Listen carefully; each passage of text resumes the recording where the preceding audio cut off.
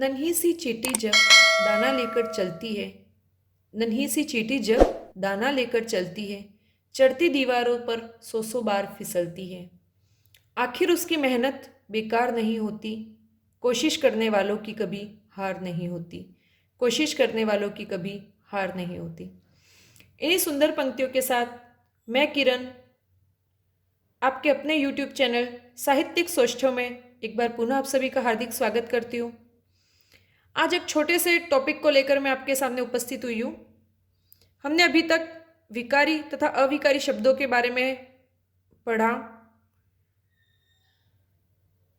अविकारी या अव्यय मुख्यतः 4 प्रकार के होते हैं: क्रिया विशेषण, संबंध बोधक, समुच्चय बोधक तथा विस्मयादि बोधक। इनके अलावा निपात, यह भी अव्यय का ही एक भेद है, अर्थात ये अव्यय के अंतर्गत ही गिना जाता है, लेकिन इसको इसके भेदों में 4 भेदों के अंदर स्थान नहीं दिया गया है। लेकिन ये मूलतः है, ये सारे शब्द भी अव्यय शब्द ही है। ये सारे अव्यय शब्द हैं, अर्थात निपात पर भी लिंग, वचन, कारक, काल इत्यादि का कोई प्रभाव नहीं पड़ेगा। इनके भी रूप अपरिवर्तनीय, मतलब इनके भी रूप कभी भी बदलेंगे नहीं। निपात जो शब्द है वो किसी एक पर्टिकुलर शब्द या एक शब्द के समूह पर विशेष बल देने के लिए इसका प्रयोग किया जाता है। निपात की परिभाषा देख लेते हैं और निपात होता क्या है वो देखते हैं। निपात को अंग्रेजी में वर्ड स्ट्रेस या फिर स्ट्रेसिंग वर्ड्स भी कहा जाता है। इसकी परिभाषा कुछ यूं है: ऐसे अव्यय शब्द जो वाक्य में किसी पद के साथ आकर उसे विशेष बल प्रदान करते हैं, निपात कहलाते हैं।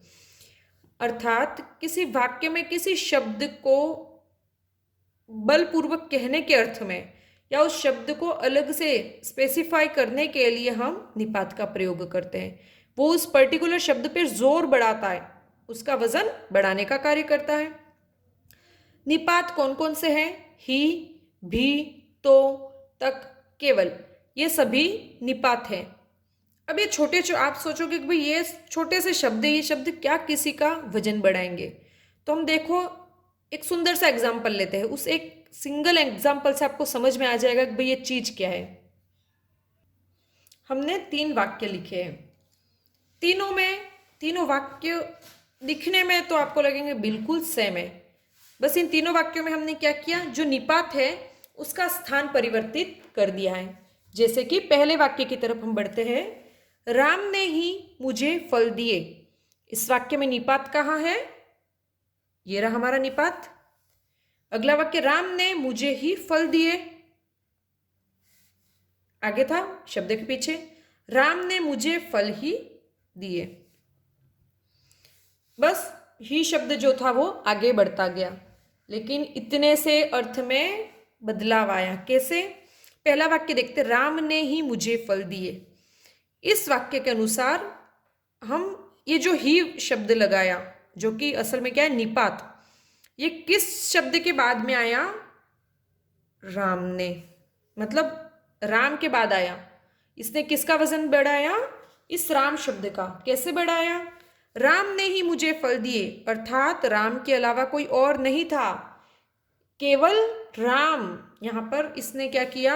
ही ने इस राम शब्द पर जोर दिया, इसका बल, इसको विशेष बल प्रदान किया कि भाई मुझे राम ने ही फल दिए है, ना रमेश ने दिए, ना सुरेश ने दिए, ना ललित ने दिए, किसी और ने नहीं दिए। दूसरा वाक्य देखते हैं, राम ने मुझे ही फल दिए। ही आया किसके बाद? मुझे के बाद। चाहे आगे संज्ञा शब्द हो, चाहे सर्वनाम शब्द हो, चाहे कोई और शब्द है ना, तो वो उस शब्द का क्या करता है? विशेष बल प्रदान करता है। राम ने मुझे ही फल दिए। अब यहां पर इस मुझे शब्द के साथ ये कैसे इसका विशेष बल प्रदान कर रहा है कि राम ने मुझे ही फल दिए, ना मेरी बहन को दिए, ना मेरे भाई को दिए, ना ही किसी अन्य को दिए। वो स्पेसिफाई कर रहा है कि हाँ सिर्फ और सिर्फ मुझे दिए। और अंतिम, राम ने मुझे फल ही दिए, यहां पर ये इस फल को विशेष बल प्रदान कर रहा है, अर्थात राम ने मुझे केवल फल ही दिए, ना उसने मुझे पुस्तक दी, ना मुझे पेन दिया, ना कुछ अन्य चीज दी। तो यहां पर इसने ही ने राम शब्द के बाद में आके राम शब्द को और विशेष बल प्रदान किया, यहाँ मुझे शब्द को और यहाँ पर फल शब्द को विशेष बल प्रदान किया। अर्थात छोटा सा दिखने वाला जो शब्द है वो भी किसी वाक्य के पीछे आकर के उसको उसका जो बल है वो बढ़ा देता है, या फिर उसका महत्व जो है वो बढ़ा देने का कार्य करता है। तो हम कहते हैं ना कि एक छोटे से अल्पविराम से भी अर्थ का अनर्थ हो जाता है।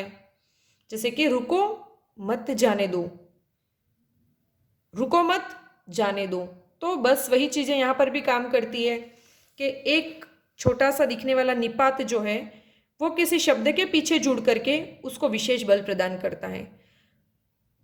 अब हम निपात से संबंधित कुछ विशेष बातें हैं जो कि हमने पहले भी डिस्कस कर चुके, वही लिख लेते हैं।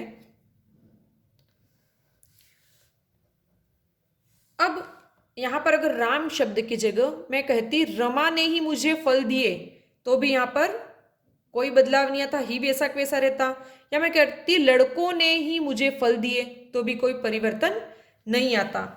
अर्थात निपात पर यह अव्यय है। सबसे पहली बात तो हम यही लिख देते हैं, निपात अव्यय शब्द होते हैं।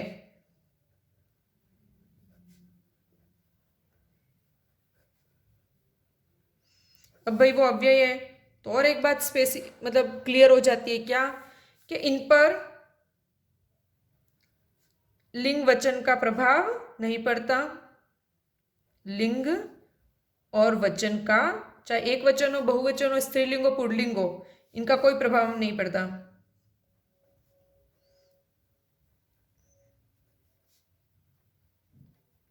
नहीं पड़ता। और इनका रूप अपरिवर्तनीय, चाहे कोई भी काल हो, कोई भी वाच्य हो, ये अपरिवर्तनीय है। वाक्य में ये कहीं पर भी आ सकते हैं। इनका प्रयोग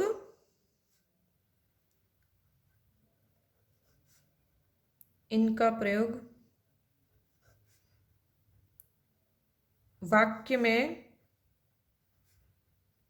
कहीं भी हो सकता है और ये जिस शब्द के पीछे जुड़ते हैं उस शब्द को विशेष बल प्रदान करते हैं। तो इस तरीके से यहाँ पर हमने देख लिया कि भाई जहाँ पर आवश्यकता लगती है हमको, जिस शब्द को हमको विशेष बल देना है उस शब्द के पीछे हम निपात का प्रयोग कर देते हैं। अब कुछ एग्जाम्पल लिख लेते हैं।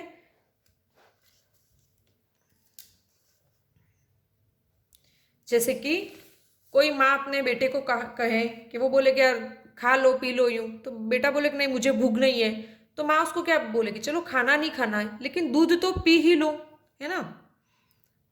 तो जैसे कि दूध तो पी लो बेटा,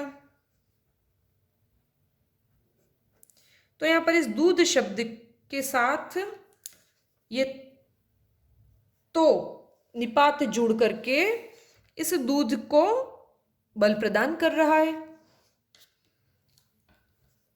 दूसरा हम उदाहरण देखते हैं। जैसे हम जा रहे कहीं पे घूमने के लिए और कोई हमको रास्ते में मिल जाता है तो हम उसको क्या करें, अरे हम यहाँ पर घूमने जा रहे हो, बोले अरे अच्छी बात है यार मुझे भी आना था, तो हम कहेंगे अरे चलो आप भी हमारे साथ चलिए। तो हम उसको जोर देते हुए कहते हैं आप भी हमारे साथ चलिए। तो देखो रोजमर्रा की जिंदगी में हम बहुत बार इन शब्दों का प्रयोग कर लेते हैं। तो आप भी, ये जो है वो आप शब्द का वजन बढ़ा रहा, या कहे कि उसको विशेष बल प्रदान करने का कार्य कर रहा है। कुछ और एग्जाम्पल्स है जो सॉल्व कर लेते हैं। अगले साल तक विद्यालय बंद ही रहेंगे, तो साल के बाद तक शब्द जुड़ा और उसका साल तक मतलब पूरे साल भर की बात कर रहे हैं। मैं तो जा ही रहा हूं तुम भी साथ चलो। मैं तो जा ही रहा हूं तुम भी, तो एक वाक्य में एक से अधिक भी निपात का प्रयोग हो सकता है ना। हम दोनों रात तक लौट आएंगे, रात के बाद यहां पर लगा तक। पिताजी केवल आए हैं, अर्थात माता नहीं आई है, केवल पिताजी आए। मुस्कान तो जरूर आएगी, तो पिताजी ने भी साफ मना कर दिया। पिताजी के ऊपर जोर देने के लिए भी शब्द लगाए। उसको तो जितना ही था, उसको तो जितना ही था। तुम कब तक लौटोगे। तो ये छोटा सा जो टॉपिक था, जो कि शब्दों पर जोर देने के अर्थ में वर्ड स्ट्रेस निपात जो है वो यहाँ पर पूर्ण होता है। 4-5 ऐसे शब्द हैं जिनको हमको याद करना है, और ये किसी शब्द के बाद प्रयोग होकर के उसको विशेष बल प्रदान करने का कार्य करते हैं। ये निपात अव्यय शब्द होते हैं।